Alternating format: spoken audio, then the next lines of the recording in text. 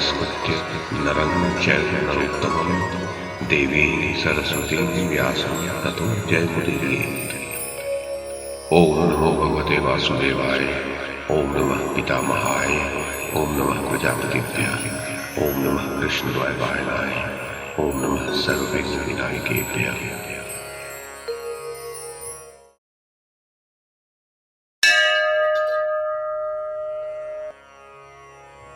वैशंपायन जी कहते हैं, जन्मेजय, जब दुशासन ने उस भरी सभा में द्रौपदी का वस्त्र बलपूर्वक खींचना प्रारंभ किया, तब द्रौपदी ने भगवान श्री कृष्ण का स्मरण किया। द्रौपदी ने मन ही मन कहा, मैंने पूर्व काल में महात्मा वशिष्ठ जी की बताई हुई इस बात को अच्छी तरह समझा है कि भारी विपत्ति पड़ने पर भगवान श्री हरि का स्मरण करना चाहिए। जन्मेजय, ऐसा विचार कर द्रौपदी ने बारंबार गोविंद और कृष्ण का नाम लेकर पुकारा और आपत्ति काल में अभय देने वाले लोक प्रपितामह नारायण स्वरूप भगवान श्री कृष्ण का मन ही मन चिंतन किया। हे गोविंद, हे द्वारकावासी श्री कृष्ण, हे गोपांगनाओं के प्राण वल्लभ केशव, कौरव मेरा अपमान कर रहे हैं, क्या आप नहीं जानते?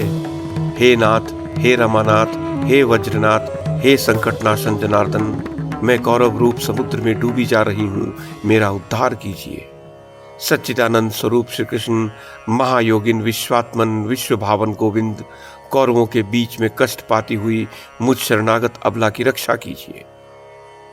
राजन, इस प्रकार तीनों लोकों के स्वामी श्याम सुंदर श्री कृष्ण का बार बार चिंतन करके माननी द्रौपदी दुखी हो आंचल से मुंह ढककर जोर जोर से रोने लगी। द्रुपद नंदिनी की वह करुण पुकार सुनकर कृपालु श्री कृष्ण गदगद हो गए तथा शैया और आसन छोड़कर दया से द्रवित हो पैदल ही दौड़ पड़े। यज्ञसेन कुमारी कृष्णा अपनी रक्षा के लिए श्री कृष्ण, विष्णु, हरि और नर आदि भगवान नामों को जोर जोर से पुकार रही थी। इसी समय धर्म स्वरूप महात्मा श्री कृष्ण ने अव्यक्त रूप से उसके वस्त्र में प्रवेश करके भांति भांति के सुंदर वस्त्रों द्वारा द्रौपदी को आच्छादित कर दिया। जन्मेजय, द्रौपदी के वस्त्र खींचे जाते समय उसी प्रकार के दूसरे दूसरे अनेक वस्त्र प्रकट होने लगे। राजन, धर्म पालन के प्रभाव से वहां भांति भांति के सैकड़ों रंग बिरंगे वस्त्र प्रकट होते रहे। उस समय वहां बड़ा भयंकर कोलाहल मच गया। जगत में यह अद्भुत दृश्य देखकर सब राजा द्रौपदी की प्रशंसा और दुशासन की निंदा करने लगे। उस समय वहां समस्त राजाओं के बीच हाथ पर हाथ मलते हुए भीमसेन ने क्रोध से फड़कते हुए होठों द्वारा भयंकर गर्जना के साथ ये प्रतिज्ञा की, देश देशांतर के निवासी क्षत्रियों, आप लोग मेरी इस बात पर ध्यान दें। ऐसी बात आज से पहले न तो किसी ने कही होगी, न दूसरा कोई कहेगा ही। भूमिपालों, ये खोटी बुद्धि वाला दुशासन भरत वंश के लिए कलंक है। मैं युद्ध में बलपूर्वक इस पापी की छाती फाड़कर इसका रक्त पीऊंगा। यदि न पीऊं, अर्थात अपनी कही हुई इस बात को पूरा न करूं, तो मुझे अपने पूर्वज पिता पितामहों की श्रेष्ठ गति न मिले।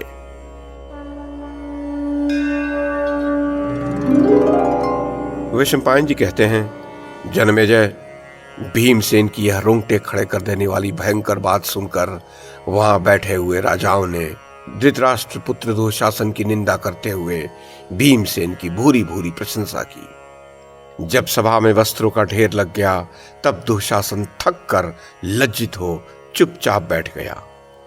उस समय कुंती पुत्रों की ओर देखकर सभा में उपस्थित नरेशों की ओर से दुशासन पर रोमांचकारी शब्दों में धिक्कार की बौछार होने लगी।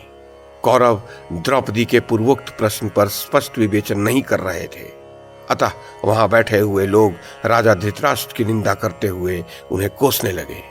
तब संपूर्ण धर्मों के ज्ञाता विदुर जी ने अपनी दोनों भुजाएं ऊपर उठाकर सभासदों को चुप कराया।